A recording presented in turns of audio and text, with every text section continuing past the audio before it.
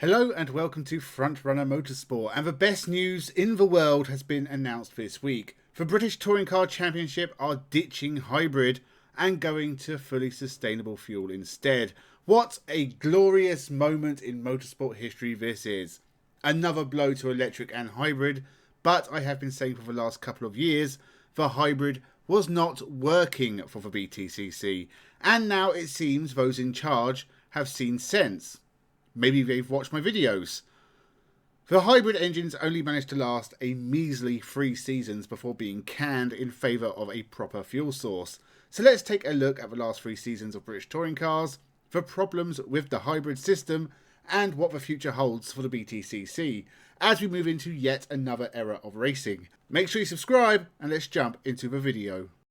I just want to draw attention to part of the quote from BTCC CEO Alan Gow. The hybrid era was a great one for the BTCC. 6 years ago when we first announced hybrid, it was a technology still in its relative infancy within motorsport. We've successfully completed that program and really have no more to prove in that respect, whilst others have yet to catch up. What a load of hogwash. If it was successful, you wouldn't be binning it off after 3 seasons.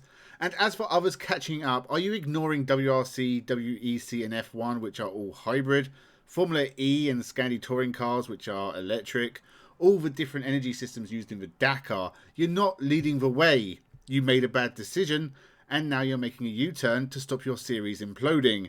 Instead of pretending this was all a good thing, why not admit you messed up, apologise to the fans, and move on? Well, I guess that is what they're doing.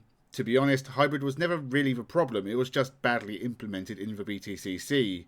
But don't worry, it's going to be exactly the same in 2025, just with turbo boost instead of battery boost. But the cars will be lighter and hopefully sound better, and this is a fuel type with a genuine future. Whereas I think hybrid and electric will be looked back on in 5 years' time, the same way we view rotary phones or trepanning now. The big truth here is, in 2021, the year before hybrid, there were 11 different teams, 8 manufacturers and 35 drivers in total. In 2024, the final hybrid year, 7 teams, 6 manufacturers and 22 drivers. It's wiped out a chunk of the grid, and if it had carried on, more would have gone with it.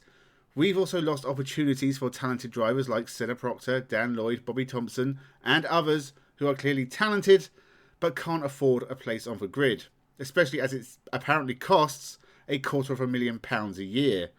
That's not solely down to the hybrid units, and in general the series is just very expensive, but the hybrid unit didn't help. Whilst I think this is a positive move, I don't think it's going to lead to an extraordinary uptake in new manufacturers, drivers and added relevancy. The type of car is still a problem. Again, I've discussed previously that a lot of manufacturers are just not making cars suitable for touring cars these days. Brazilian Stock Car Pro is the first to take this to heart and will be introducing racing SUVs to the world. That is a series leading the way in innovation. The British touring cars has become a bit stagnant.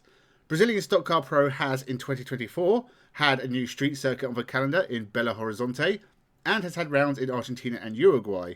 Whilst I'm not suggesting the BTCC suddenly has rounds abroad, I would like to see some changes to the calendar. Difficult in the UK, a lot of smaller tracks like Castle Combe or Liddon Hill only have small technical areas, too small for the BTCC and its support categories.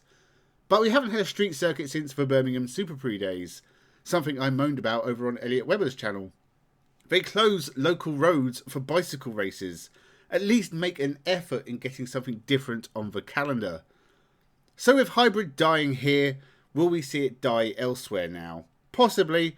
I believe WRC are considering their options, and I think endurance racing might have more open rules in regards to fuel sources in the coming years as new technologies come to the forefront. 100% sustainable fuels, hydrogen, pixie dust, the likes. Hybrid and even full electric is just becoming redundant. How's the new Cybertruck, Craig? I think for the BTCC to really move in the right direction, they need a team to come in and take a chance on an SUV or MPV or something more manufacturers are producing. It's going to take someone bringing a Dacia Sandero or an MG ZS, something like that to open the floodgates. We need New cars, new drivers, and maybe some new tracks if possible. New rules and regulations will be coming with these new fuel source rules. We will see adjustments, and that is a good thing because the racing has been poor at times. It improved a lot in 2024, but the odd race could still be a bit dull. The odd race 2 would have a very similar result to race 1. But what is most important in all of this is making sure the British touring cars is 100% sustainable for the future, so the lineage of this great series can continue onwards. And that's why I am happy to see Hybrid leave the series. Let me know your thoughts in the comments below. Do you think the BTCC is doing the right thing by moving away from hybrid power? Or maybe you think they should have gone even more radical and moved to full electric? It's working so well for the Scandinavian touring car series. Make sure you subscribe for more motorsport content incoming almost constantly. We will be back with more BTCC as news of 2025 comes out. Thank you very much for watching and have a good one.